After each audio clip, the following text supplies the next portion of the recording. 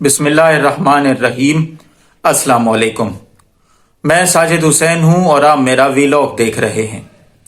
جن پر تکیہ تھا وہی پتے ہی ہوا دے گئے، آدھی تو دے ہی گئے۔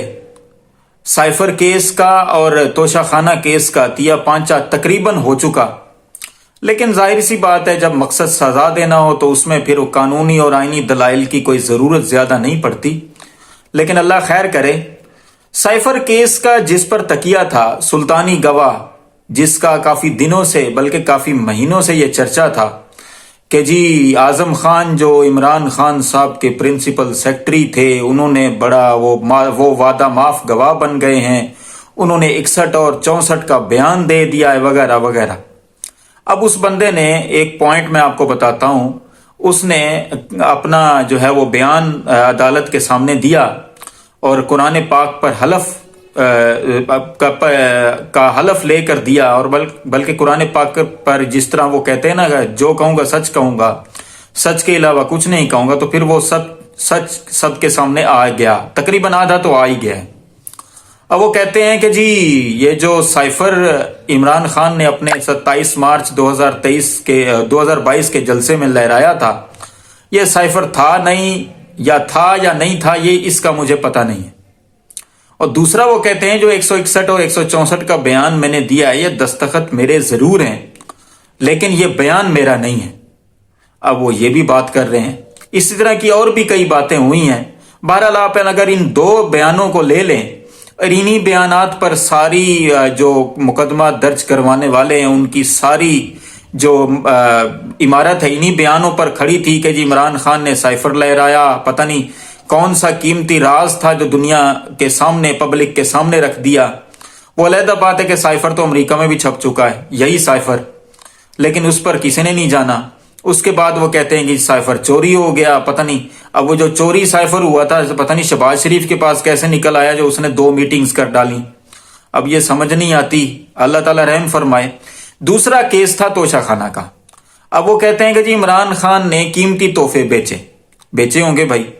اب کیا یہ انہوں نے کہ یہ سچ کل ثابت ہو گیا، کل پرسوں جو ان کے عدالت کے اندر جو باتیں ہوئی ہیں۔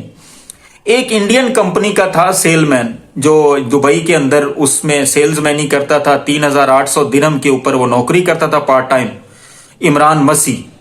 اور دوسرا وہ اسپیئر پارٹ کی دکان کے اوپر بھی نوکری کرتا ہے۔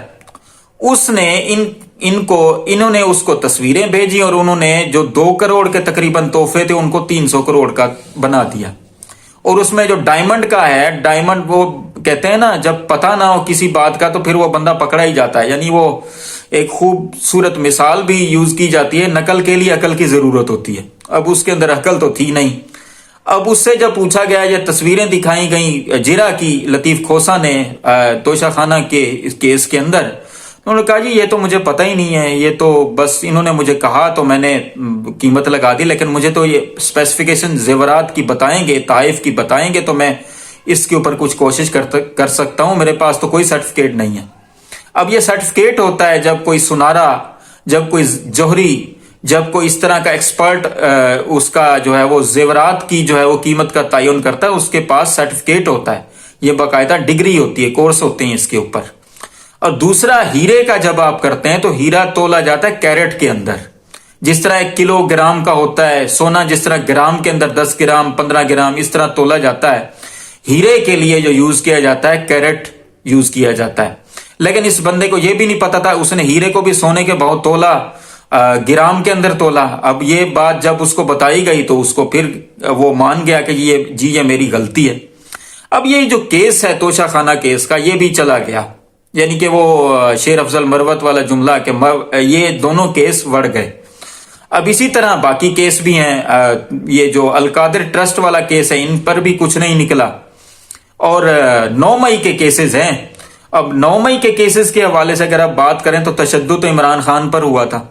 اگر آئینی اور قانونی دلیل کے ساتھ کیس سنیں تو تشدد تو عمران خان کے اوپر ہوا۔ عمران خان کو سر پہ ڈنڈے مارے گئے، ان کے جو زخمی ٹانگ تھی اس پر ڈنڈے مارے گئے، اور عمران خان کا گریبان پکڑا گیا، اس کو گھسیٹا گیا۔ اب ڈاؤن لیگز کس نے کی؟ نون لیگ نے۔ میمو گیٹ سکینڈل کس نے کیا؟ پیپلز پارٹی نے۔ یہ جرنیل ملک کریں یہ خراب، جرنیل اور جو بنانے آئے وہ نواز شریف، یہ بیان کس نے دیا تھا؟ نون لیگ کے پرویز رشید نے۔ ججوں پر حملہ کس نے کروایا تھا؟ نون لیگ نے، سپریم کورٹ کے اندر 97 کے اندر۔ اور اسی طرح کئی باتیں ہیں جو آپ اگر غور کریں تو اس کے اوپر وہ ساری باتیں سمجھ میں آتی ہیں کہ یہ سارا کچھ اینٹ سے اینٹ بجانے کا بیان کس نے دیا؟ زرداری نے، پیپلز پارٹی نے، جو جنرل راحیل کے دور میں اس نے کہا تھا ہم فوج کی اینٹ سے اینٹ بجا دیں گے۔ اور اس کے بعد باجوہ اور جنرل فیض حمید کو کس نے کہا تھا کہ میں تمہارا گریبان پکڑوں گا؟ نواز شریف نے، 16 اکتوبر 2020۔ لیکن 9 مئی کا کیس عمران خان کے اوپر ہے۔ اسی طرح بھائی کئی باتیں ہیں جن کے اوپر اگر آپ غور کریں تو یہ ساری باتیں آپ کو واضح ہو جائیں گی۔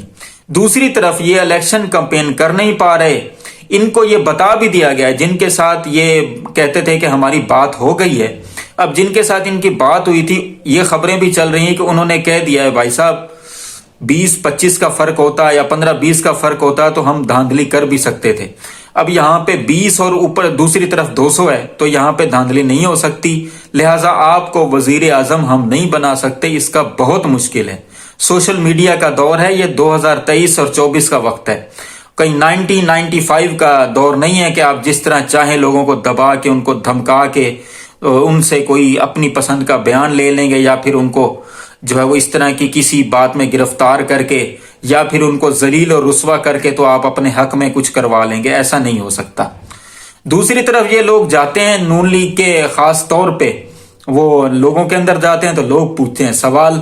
اب آخر میں ایک بندے کا ذکر آپ کے ساتھ کر دوں، یہ پی پی 100 کا میرا خیال ہے فیصل آباد کا ہی حلقہ ہے، اس میں ان کا ایک امیدوار ہے خان بہادر، وہ گیا کمپین کے اندر تو اس سے ایک لڑکے نے پوچھ لیا سوال اس نے یہ پوچھا کہ ایک بندہ جس کے اوپر مطلب کہ جب بھی اس کو مشکل ہوئی وہ ڈیل کر کے بھاگ گیا، ایک بھگوڑا کیسے لیڈر ہو سکتا ہے؟ تو اسی طرح کے چند چبھتے ہوئے سوالات اس خان بہادر صاحب کے ساتھ کیے اور بہادر کی بہادری سامنے آ گئی۔ اس نے کہا عمران خان آپ کو بدتمیز کر گیا ہے، یہ شعور نہیں دے کے گیا، یہ بدتمیز کر گیا، بلکہ بدتمیز بھی نہیں کہا، بات تمیز کر گیا ہے۔ یہ اس طرح کی جو ہے وہ باتیں ان سے ہو رہی ہیں۔ خواجہ سعد رفیقی بھی کہہ رہے ہیں کہ جی آپ نے ہمیں بھی برباد کیا، اپنی پارٹی کو بھی برباد کیا اور سب کا کھانا خراب کر دیا آپ نے اس طرح کی حرکات کر کے، وہ اعتراف کر رہے ہیں نون لیگ کے حوالے سے۔ بہرحال اس طرح کی باتیں تو چلتی رہیں گی، اللہ تعالیٰ خیر اور عافیت سے رکھے سب کو، تمام دیکھنے سننے والوں کو آسانیاں دے اور آسانیاں تقسیم کرنے کی توفیق بھی دے۔